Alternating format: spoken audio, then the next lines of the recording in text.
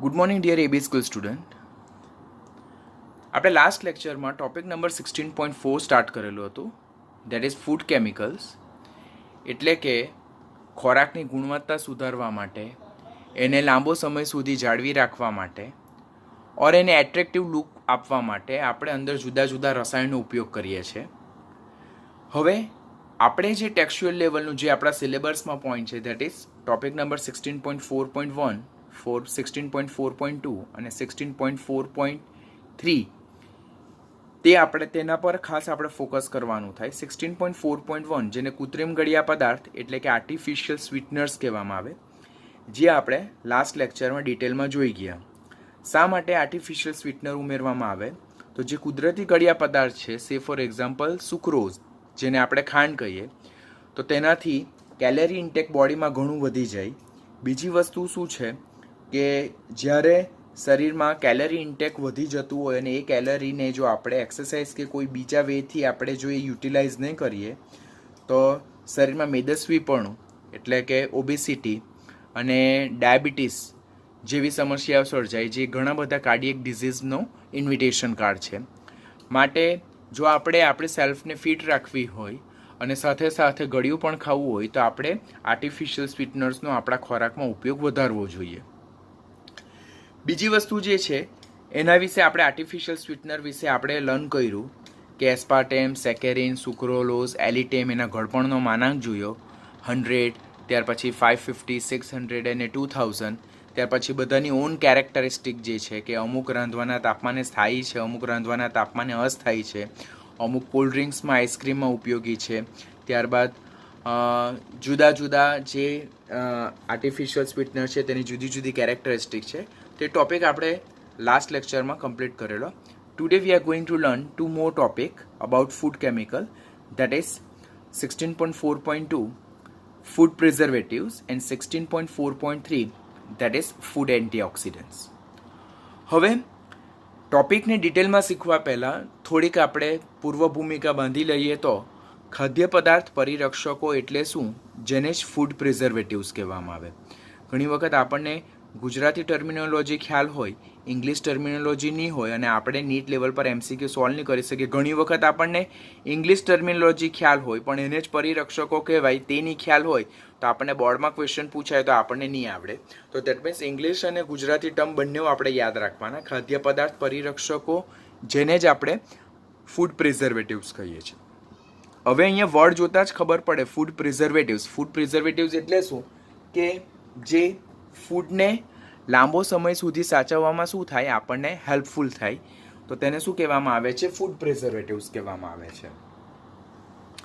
હવે આ food preservatives ફૂડમાં એટલે કે આપણા જે રાંધવાનો ખોરાક જે છે ઓર આપણો જે ખોરાક છે તેમાં શા માટે ઉમેરવામાં આવે? તો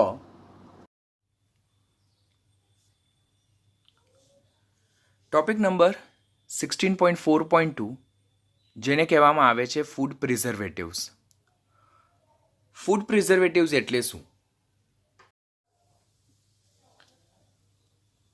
કોઈપણ ખોરાકને લાંબો સમય સુધી સાચવવા માટે અને તેને બગડતો અટકાવવા માટે આપણે જે રસાયણનો ઉપયોગ કરીએ છીએ તો તેવા રસાયણને શું કહેવામાં આવે છે? Food preservatives. પહેલો એમસીક્યુ બનશે કે ખોરાકને લાંબો સમય સુધી જાળવવા માટે, સાચવવા માટે અને એને બગડતો અટકાવવા માટે વપરાતા રસાયણોને ખાલી જગ્યા કહે છે. એવો MCQ board point of view, GUJCET point of view પૂછાય. તેવા રસાયણને શું કહેવામાં આવે છે? ખાદ્ય પદાર્થ પરિરક્ષકો, જેને ફૂડ પ્રિઝર્વેટિવ્સ કહેવામાં આવે. હવે ફૂડ પ્રિઝર્વેટિવ્સના મુખ્ય રોલ શું? તો ખોરાકને લાંબો સમય સુધી સાચવવા માટે. તો ખોરાકને લાંબો સમય સુધી કેવી રીતે સાચવી શકાય? તો ખોરાકને બગડતો અટકાવીને. ખોરાક બગડે કેવી રીતે? તો ખોરાક પર જ્યારે માઇક્રોબિયલ ગ્રોથ થાય એટલે કે સૂક્ષ્મજીવોની વૃદ્ધિ થાય તો એ સૂક્ષ્મજીવો ખોરાકને બગાડે. એટલે ultimate what is the role of food preservatives? તો they are acting like antimicrobials. એટલે એ લોકો સૂક્ષ્મજીવોની વૃદ્ધિને અટકાવે છે અને આ રીતે ખોરાકને બગડતો અટકાવે અને એને કારણે ખોરાકને આપણે લાંબો સમય સુધી સાચવી શકીએ છીએ.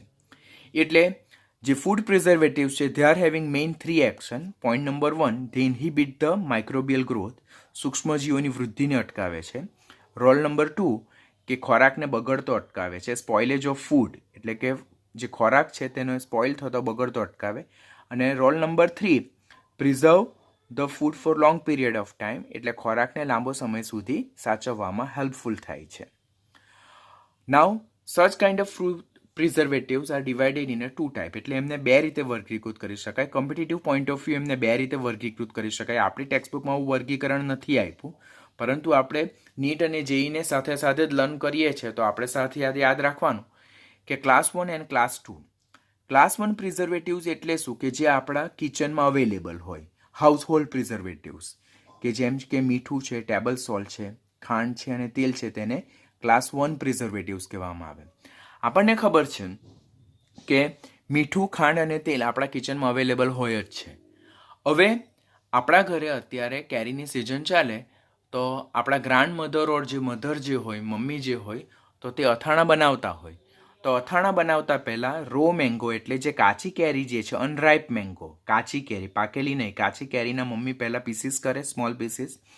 તેમાં પછી મીઠું નાખે, સોલ્ટ નાખે, અને સોલ્ટ નાખ્યા બાદ એને એ જે પિકલ્સ છે તેને તડકે મૂકીને સૂકવી કાઢે. ધેટ મીન્સ કે જે કેરીના ચીરિયા જે છે તેને તડકે સૂકવી કાઢે. મારા ઘરે અત્યારે જ બનાવ્યું છે, એટલે મેં જોયું છે, તો હું તમારી સાથે રેસીપી શેર કરું છું, જેથી તમને પણ બનાવતા આવડી જશે. એટલે જસ્ટ ફોર ફન, તો ખાસ યાદ રાખવાનું કે પહેલાં કાચી કેરીને કટ કરીને અંદર મીઠું નાખીને એને તડકે સૂકવવામાં આવે. હવે શા માટે કાચી કેરીમાં મીઠું નાખવામાં આવે? તો જ્યારે કાચી કેરીમાં મીઠું નાખવામાં આવે તો ધેટ મીન્સ અંદરથી બધું પાણી નીકળી જાય અને વોટર પોર્શન બધો જ નીકળી જાય, એટલે કેરીના ચીરિયા સૂકા થઈ જાય. Water is a main reason four bacterial growth. હવે જે કેરીના જે પીસીસ છે તેમાં પાણી અવેલેબલ નથી, એટલે બેક્ટેરિયલ ગ્રોથ ઇન્હિબિટ થઈ જાય, અટકી જાય. તો first reason that is adding of table salt as a preservatives, એટલે પહેલાં ઉમેરવામાં આવતું મીઠું એ ચીરિયામાં, કેરીના પીસીસમાં રહેલા જે પાણી છે તેને કાઢી નાખશે, અને જેને કારણે શું થશે કે બેક્ટેરિયલ ગ્રોથ અટકી જશે. તો અહીંયા મીઠું પ્રિઝર્વેટિવ્સ તરીકે વર્ક કર્યું. સેકન્ડ પોઈન્ટ, હવે જ્યારે ચીરિયા રેડી થઈ જાય, એટલે કે સંકોચાય છે, શ્રિંક થઈ જાય, ત્યાર પછી મમ્મી અંદર ખાંડ નાખશે, તેલ નાખશે, મરચાંની ભૂકી નાખશે, અને આ રીતે અથાણું બનાવશે. તો તેમાં મરચાંની ભૂકી ખાલી એનું પ્રિઝર્વેટિવ તરીકે કોઈ કાર્ય નથી. That is just four testing purpose, કે જે તીખું સ્પાઇસી લાગે તેના માટે મરચું ઉમેરવામાં આવે. બટ ખાંડ અને તેલ જે છે તે જે ઉમેરીએ, ગળ્યું અથાણું હોય તો અંદર ખાંડ ઉમેરવામાં આવે, અધરવાઇઝ તીખું અથાણું હોય તો અંદર તેલ, મીઠું અને હિંગ ઉમેરવામાં આવે. આ બધું તમારે યાદ નથી રાખવાનું, જસ્ટ આપણે ટોપિકને ઇઝી બનાવવા માટે કરીએ છીએ. પરંતુ ખાંડ અને તેલ જે છે તો પ્રિઝર્વેટિવ તરીકે વર્તે. તો કોમ્પિટિટિવ લેવલ પર આપણને પહેલાં પૂછવામાં આવે કે નીચેનામાંથી કયું ક્લાસ 1 પ્રિઝર્વેટિવ્સ છે? તો જે હાઉસહોલ્ડ પ્રિઝર્વેટિવ્સ, કે જે આપણા કિચનમાં અવેલેબલ છે, કે મીઠું, ખાંડ અને તેલ, તો તે આપણા હાઉસહોલ્ડ પ્રિઝર્વેટિવ્સ, જેને ક્લાસ 1 પ્રિઝર્વેટિવ્સ કહેવામાં આવે. ક્લાસ 2 પ્રિઝર્વેટિવ્સ એટલે શું? તો class 2 preservatives which are not available in our kitchen, એટલે જે આપણા કિચનમાં અવેલેબલ નથી, પરંતુ આપણે એનો ઉપયોગ પ્રિઝર્વેટિવ એક્શન માટે કરીએ. તો વિચ આર સચ કાઇન્ડ ઓફ કેમિકલ? તો પહેલું છે સોડિયમ બેન્ઝોએટ. ખાસ ઉદાહરણ યાદ રાખવાનું. તો સોડિયમ બેન્ઝોએટ, તેનો ઉપયોગ મર્યાદિત જથ્થામાં કરવો જરૂરી છે, બિકોઝ એ શરીરમાં શું પામે છે? ચયાપચન પામે છે. સોડિયમ બેન્ઝોએટ શરીરમાં મેટાબોલિઝમ પામે અને હિપ્યુરિક એસિડમાં રૂપાંતર પામે, જે યુરિન મારફતે એક્સક્રીટ થઈ જાય. તો અહીંયા નીટ અને જેઈ લેવલનો ક્વેશ્ચન જનરેટ થાય કે sodium benzoate which is one kind of food preservative that is metabolise to dex compound in our body. એટલે આપણા શરીરમાં સોડિયમ બેન્ઝોએટનું ચયાપચન થઈને નીચેનામાંથી કયું રસાયણ મળે છે? તો ધેટ ઇઝ હિપ્યુરિક એસિડ. હિપ્યુરિક એસિડનું અહીંયા બંધારણ એક્સપ્લેન કરેલું છે, તમારે યાદ રાખવાનું થાય, નીટ માટે જરૂરી છે. પરંતુ એ યુરિન મારફતે નીકળી જાય છે. સોડિયમ બેન્ઝોએટનો ઉપયોગ શેમાં થાય? તો સોફ્ટ ડ્રિંક અને એસિડિક ફૂડને પ્રિઝર્વેટિવ એક્શન પ્રોવાઈડ કરવા માટે એનો ઉપયોગ થાય છે. સેકન્ડ વન છે પ્રોપિયોનિક એસિડ અને એના ક્ષાર. તો સોડિયમ અને પોટેશિયમ પ્રોપિયોનેટ્સ, જેનો ઉપયોગ બ્રેડ અને કેક ખાસ કરીને મફિન્સ જે આવે તો તે બ્રેડ અને કેકને લાંબો સમય સુધી સાચવવા માટે પ્રોપિયોનિક એસિડના ક્ષાર સોડિયમ અને પોટેશિયમ પ્રોપિયોનેટ્સનો ઉપયોગ થાય છે. સોડિયમ મેટાબાયસલ્ફાઇડ જે છે તેનો ઉપયોગ જામ અને અથાણા એટલે કે પિકલ્સ તેના પ્રિઝર્વેટિવ એક્શન પ્રોવાઈડ કરવા માટે થાય છે. તેમાં સોડિયમ મેટાબાયસલ્ફાઇડ જે છે જેનું સૂત્ર Na2S2O5 જે છે, તો that is first convert in sodium sulphide and sulphur dioxide. તો અહીંયા આપણે યાદ રાખવાનું કે સોડિયમ મેટાબાયસલ્ફાઇડનું રૂપાંતર સોડિયમ સલ્ફાઇડ અને સલ્ફર ડાયોક્સાઇડમાં થાય છે. એ sulphur dioxide that is main responsible for the preservative action, કે which is responsible to inhibit the growth of microorganism. Because જે છૂટો પડતો સલ્ફર ડાયોક્સાઇડ જે છે તો તે પાણી સાથે પ્રક્રિયા કરીને સલ્ફ્યુરસ એસિડ બનાવશે, અને આ સલ્ફ્યુરસ એસિડ જે છે તો ઈસ્ટ મોલ્ડ અને બેક્ટેરિયાનો ગ્રોથ જે છે, વૃદ્ધિ છે, તેને અટકાવશે. આ પ્રમાણે સોડિયમ મેટાબાયસલ્ફાઇડ પ્રિઝર્વેટિવ એક્શન પ્રોવાઈડ કરે છે. તો ખાસ યાદ રાખવાનું, પહેલાં તો સોડિયમ મેટાબાયસલ્ફાઇડ નીચેનામાંથી કયા ફૂડ કેમિકલ તરીકે વર્તે? તો પ્રિઝર્વેટિવ એટલે ખાદ્ય પદાર્થ પરિરક્ષક તરીકે વર્તે. શેમાં એનો ઉપયોગ થાય? જામ અને અથાણાને લાંબો સમય સુધી સાચવવા માટેનો ઉપયોગ થાય. એનું પ્રિઝર્વેટિવ એક્શન કોને આભારી છે? તો એમાંથી છૂટા પડતા સલ્ફર ડાયોક્સાઇડને આભારી છે. સોડિયમ મેટાબાયસલ્ફાઇડનું રૂપાંતર શેમાં થાય? તો સોડિયમ સલ્ફાઇડ અને સલ્ફર ડાયોક્સાઇડમાં થાય. સલ્ફર ડાયોક્સાઇડ પાણીમાં ડિઝોલ્વ થઈને સલ્ફ્યુરસ એસિડ બનાવે, અને એ સલ્ફ્યુરસ એસિડ અલ્ટિમેટલી માઇક્રો ઓર્ગેનિઝમના ગ્રોથને ઇન્હિબિટ કરે. એટલે સોડિયમ મેટાબાયસલ્ફાઇડનું main preservative action that is due to evolution of sulphur dioxide, કે નીટ અને જેઈ માટે યાદ રાખવાનું થાય. આપણી ટેક્સ્ટબુકમાં મેન્શન કર્યું નથી. પછી સોર્બિક એસિડ અને તેના ક્ષાર. તો સોર્બિક એસિડ જે શું છે? ટ્રાન્સ 2,4 હેક્ઝાડાઇઇનોઇક એસિડ છે. તો 1, 2, 3, 4, 5 અને 6 6 કાર્બન ધરાવતો અને એક કાર્બોક્સિલિક સમૂહ ધરાવતો હેક્ઝેનોઇક એસિડ, જેમાં સેકન્ડ પોઝિશન પર this is second carbon, this is third carbon, this is fourth carbon. તો તેમાં સેકન્ડ અને ફોર્થ કાર્બન પર ડબલ બોન્ડ છે, માટે એને શું કહેવામાં આવે છે? 2,4 હેક્ઝાડાઇઇનોઇક એસિડ કહેવામાં આવે છે. અને તે પણ કયું કન્ફિગ્યુરેશન? Trans configuration. એ સોર્બિક એસિડ તરીકે ઓળખાય. તેનો ઉપયોગ ચીઝ છે, મીટ છે, ફિશ છે અને ફિશ પ્રોડક્ટ જે છે તેને લાંબો સમય સુધી જાળવવા માટે થાય. તો તે પોઈન્ટ યાદ રાખવાનું કે સોર્બિક એસિડ અને તેના ક્ષારનો ઉપયોગ પણ આપણે પ્રિઝર્વેટિવ એક્શન તરીકે કરીએ છીએ. પ્રોપિયોનિક એસિડનો ઉપયોગ કેડબરી ચોકલેટને લાંબો સમય સુધી જાળવી રાખવા માટે થાય. કે ગુજસેટના જે પેપર સેટ એવરી યર જે જનરેટ થાય, તો તેમાં આ ક્વેશ્ચન ખાસ જોવા મળે એવરી યર, કે કેડબરી ચોકલેટને લાંબો સમય સુધી સ્ટોર કરવા માટે નીચેનામાંથી કયા પ્રિઝર્વેટિવ્સનો ઉપયોગ થાય? That is propionic acid.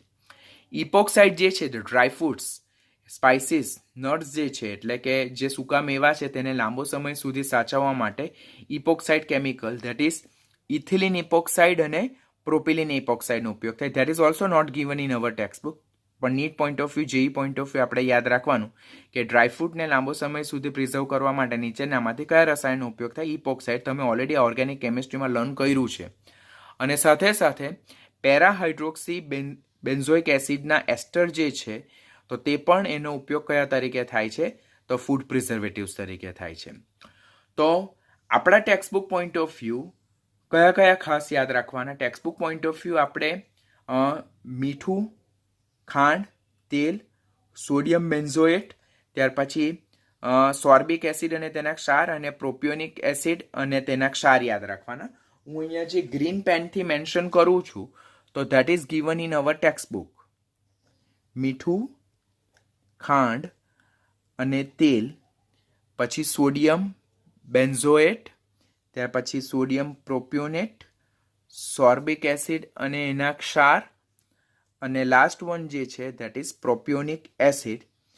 તો આમાં જે હું તમને પીડીએફ ફાઇલ મોકલીશ તેમાં જે ગ્રીન ડોટ જે છે તો that is given in our textbook. એના સિવાયના જે એક્સ્ટ્રા પ્રિઝર્વેટિવ જે છે તો તે આપણે શેના માટે યાદ રાખવાના? કોમ્પિટિટિવ પોઈન્ટ ઓફ વ્યૂ આપણે યાદ રાખવાના થશે. મીઠું એ સારામાં સારું પ્રિઝર્વેટિવ છે કે દરિયા કિનારે જે વસતા જે લોકો છે કે જે લોકોનો મુખ્ય ખોરાક ફિશ છે, તો એ લોકો જ્યારે મોન્સૂન સિઝન હોય કે જ્યારે ફિશ વધારે પ્રમાણમાં આવતી હોય તો ત્યારે જે એક્સ્ટ્રા વધારે ફિશ છે તેને લાંબો સમય સુધી જાળવી રાખવા માટે એને મીઠામાં એ લોકો સોક કરે, એટલે કે એને મીઠામાં આથી દે. અને ત્યાર પછી તડકે સૂકવી દે. અને ત્યાર પછી મીઠામાં તડકે સૂકવવાથી શું થાય ને મીઠું નાખવાથી શું થાય કે જે ફિશમાંથી જે વોટર એક્સેસ ઓફ વોટર જે છે તે બધું ડ્રાય આઉટ થઈ જાય, નીકળી જાય.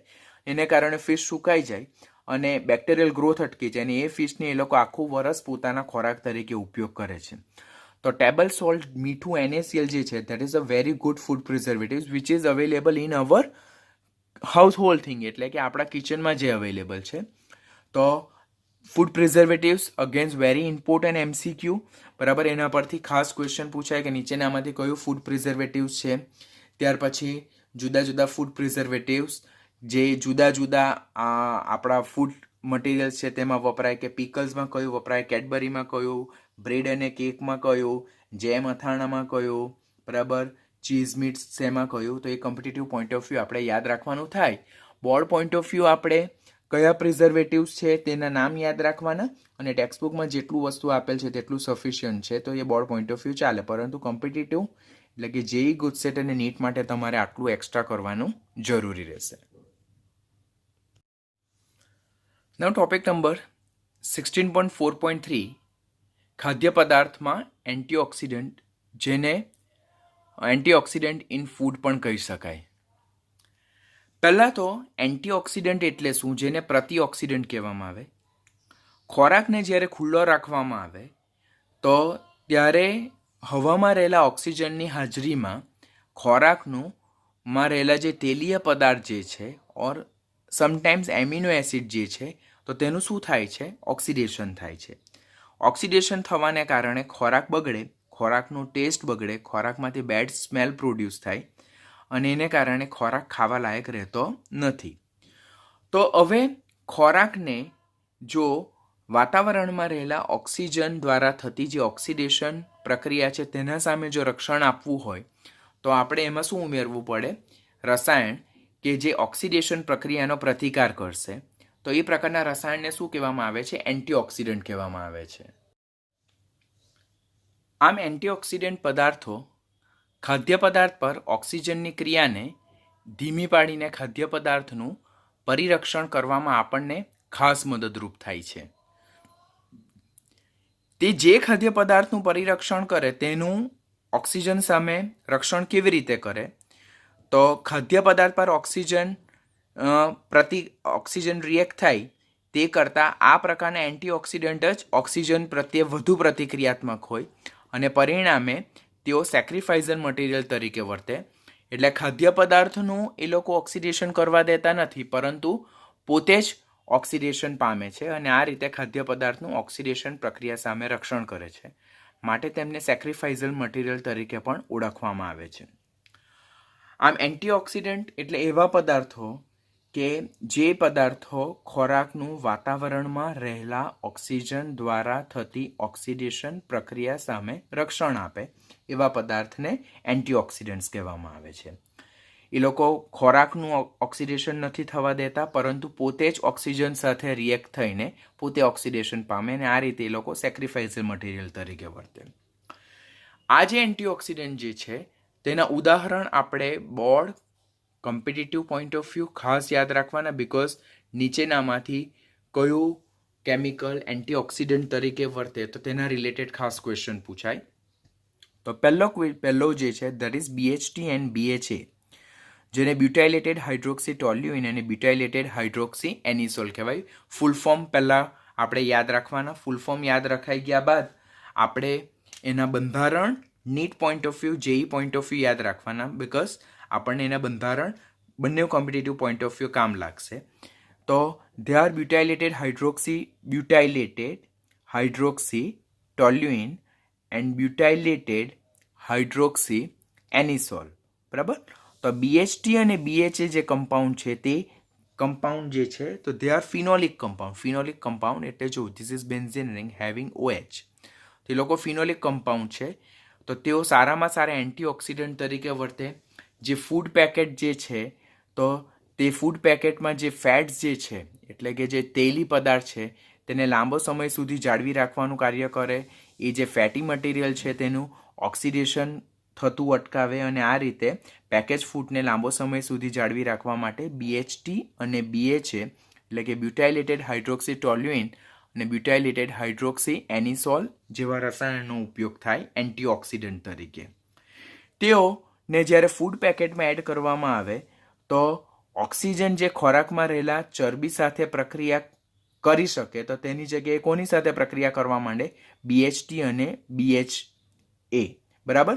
એટલે જ્યારે ફૂડ પેકેટ્સ હોય તો ફૂડ પેકેટ્સમાં આપણી પાસે ફૂડ મટીરિયલ હોય તો તેમાં ચરબી હોય, સાથે સાથે પ્રતિ ઓક્સિડન્ટ પણ હોય અને સાથે સાથે હવામાં ઓક્સિજન હોય.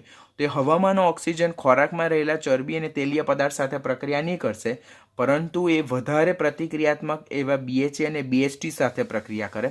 પરિણામે ઓક્સિડેશન કોનું થાય? BHA અને BHTનું થાય અને તેલીય પદાર્થનું ઓક્સિડેશન નહીં થાય, માટે ફૂડ બગડતું શું થઈ જાય? અટકી જાય, બિકોઝ એનું ઓક્સિડેશન થવાનું નથી. તો આમ BHT અને BHA જે છે તો તે પ્રતિ ઓક્સિડન્ટ પદાર્થ તરીકે વર્તે ફૂડ જે પેકેટ છે તેને ખાસ કરીને સાચવવા માટે.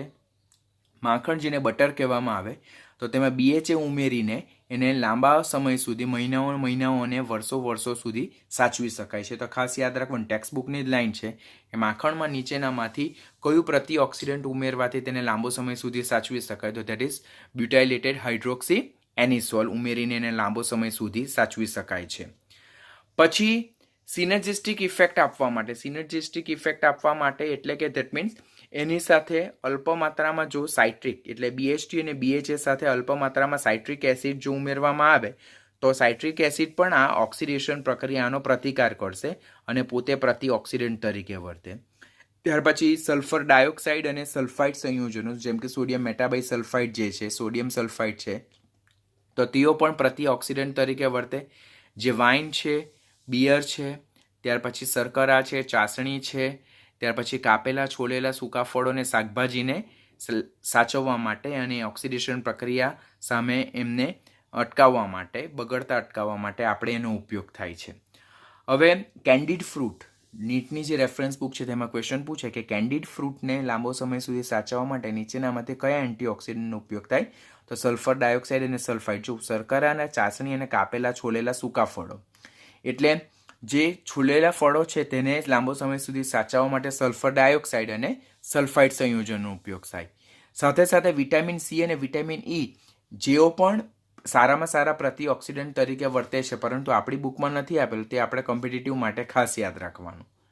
બીજો એક પોઈન્ટ કે જે હંમેશા કન્ફ્યુઝન કરે તો સોડિયમ સલ્ફાઇડ અને સોડિયમ મેટાબાઇસલ્ફાઇડ. આપણે અત્યારે જ પ્રિઝર્વેટિવ્સ પણ જોઈએ તો સોડિયમ મેટાબાઇસલ્ફાઇડ પણ પ્રિઝર્વેટિવ્સ તરીકે વર્તે છે. તો સોડિયમ સલ્ફાઇડ અને સોડિયમ મેટાબાઇસલ્ફાઇડ એ બંને પ્રિઝર્વેટિવ્સ પ્લસ એન્ટીઓક્સિડન્ટ તરીકે વર્તે and they are playing a dual role. એટલે કે એ લોકો ડબલ રોલ પ્લે કરે. ખાદ્ય પદાર્થ પરિરક્ષક તરીકે પણ વર્તે અને પ્રતિઓક્સિડન્ટ પદાર્થ તરીકે પણ વર્તે છે અને આ રીતે એ લોકો ખોરાકને બચાવવા માટે આપણને હેલ્પફુલ થાય. હવે આપણને અહીંયા કોન્ટ્રાવર્સરી શું થાય કે સર, જો સપોઝ સોડિયમ મેટાબાઇસલ્ફાઇડ વિશે પૂછવામાં આવે અને એનો પ્રિઝર્વેટિવ એક્શન અને એન્ટીઓક્સિડન્ટ એક્શન બંને ઓપ્શનમાં હોય તો કોને આપણે કહેવાનું? તો બેમાંથી કોઈ એકને કરી શકો, કારણ કે બંને જ સાચા આન્સર છે અને રેફરન્સ બુકમાં બંને વિશે મેન્શન કરેલું છે કે they both having a dual role. એટલે એ લોકો પ્રિઝર્વેટિવ અને એન્ટીઓક્સિડન્ટ બંને તરીકે વર્તે છે. તો this all about the antioxidant. Antioxidant એટલે જે વાતાવરણમાંના ઓક્સિજન પ્રત્યે વધારે પ્રતિક્રિયાત્મક છે અને જેને કારણે જે ખોરાકમાં ઉમેરવામાં આવે તો તે ખોરાકની ઓક્સિજન સામે જે પ્રતિકાર કરવાની ક્ષમતા છે તેમાં વધારો કરે, પરિણામે ખોરાકને ઓક્સિડેશન પ્રક્રિયાને મંદ કરી દે, ધીમી પાડે, પોતે ઓક્સિડેશન પામે, પોતે સેક્રિફાઇઝિંગ સબસ્ટન્સ તરીકે વર્તે અને આ પ્રકારના પદાર્થને પ્રતિઓક્સિડન્ટ પદાર્થ કહેવાય. તેના ઉદાહરણમાં BHT, BHA જેનું full form butylated hydroxy toluene, butylated hydroxy anisole, બરાબર, જેઓ એક પ્રકારના ફિનોલિક કમ્પાઉન્ડ છે અને જે ફૂડ પેકેટને લાંબો સમય સુધી જાળવવામાં મદદરૂપ થાય. ત્યાર પછી સાઇટ્રિક એસિડ છે, સલ્ફર ડાયોક્સાઇડ અને સલ્ફાઇડ કમ્પાઉન્ડ છે, vitamin C, vitamin E, sodium sulphide અને સોડિયમ મેટાબાઇસલ્ફાઇડ. તો આ બધા સંયોજનો પ્રતિઓક્સિડન્ટ તરીકે વર્તે. હવે તમને કન્ફ્યુઝન શું થશે કે બોર્ડમાં અને કોમ્પિટિટિવમાં મેચ ધ ફોલોઈંગના રિલેટેડ ક્વેશ્ચન પૂછાય તો કોલમ A છે તો તેમાં એમનો રોલ આપે કે ફૂડ કલર તરીકે હોય, પછી આર્ટિફિશિયલ સ્વીટનર તરીકે હોય, એન્ટીઓક્સિડન્ટ તરીકે હોય અને પ્રિઝર્વેટિવ્સ તરીકે હોય. અને સામે જુદા જુદા રસાયણો આપેલા હોય કે એલિટેમ આપ્યું હોય, BHT આપેલું હોય, સોડિયમ મેટાબાઇસલ્ફાઇડ આપેલું હોય, પ્રોપિયોનિક એસિડના ક્ષાર આપેલું હોય, તો ત્યારે તમારે ઈચ એન્ડ એવરી કેમિકલનો ઈચ એન્ડ એવરી સ્પેસિફિક રોલને સિલેક્ટ કરવાનો. કે જેમ કે સોડિયમ મેટાબાઇસલ્ફાઇડ જે છે, તો સોડિયમ મેટાબાઇસલ્ફાઇડ પ્રિઝર્વેટિવ, એન્ટીઓક્સિડન્ટ બંને તરીકે વર્તે, બરાબર. ત્યાર પછી જો BHT અને BHA આપે તો એ એન્ટીઓક્સિડન્ટ તરીકે જ વર્તે છે. ત્યાર પછી એલિટેમ જે છે તો ધેટ ઇઝ આર્ટિફિશિયલ સ્વીટનર તરીકે બિહેવ થાય. તો તમને મેચ ધ ફોલોઈંગના રિલેટેડના ક્વેશ્ચન આ ટોપિકમાંથી ખાસ જનરેટ થશે. ધેટ ઇઝ ટોપિક નંબર 16.4 માંથી મેચ ધ ફોલોઈંગના રિલેટેડ ક્વેશ્ચન પૂછાય. પછી બીજો ક્વેશ્ચન એમ પૂછાય કે નીચેનામાંથી કયું પ્રતિઓક્સિડન્ટ તરીકે વર્તે, નીચેનામાંથી કયું પ્રિઝર્વેટિવ્સ તરીકે વર્તે, નીચેનામાંથી કયું કૃત્રિમ ગળ્યા પદાર્થ તરીકે વર્તે. તો we must be able to give such all kind of answer.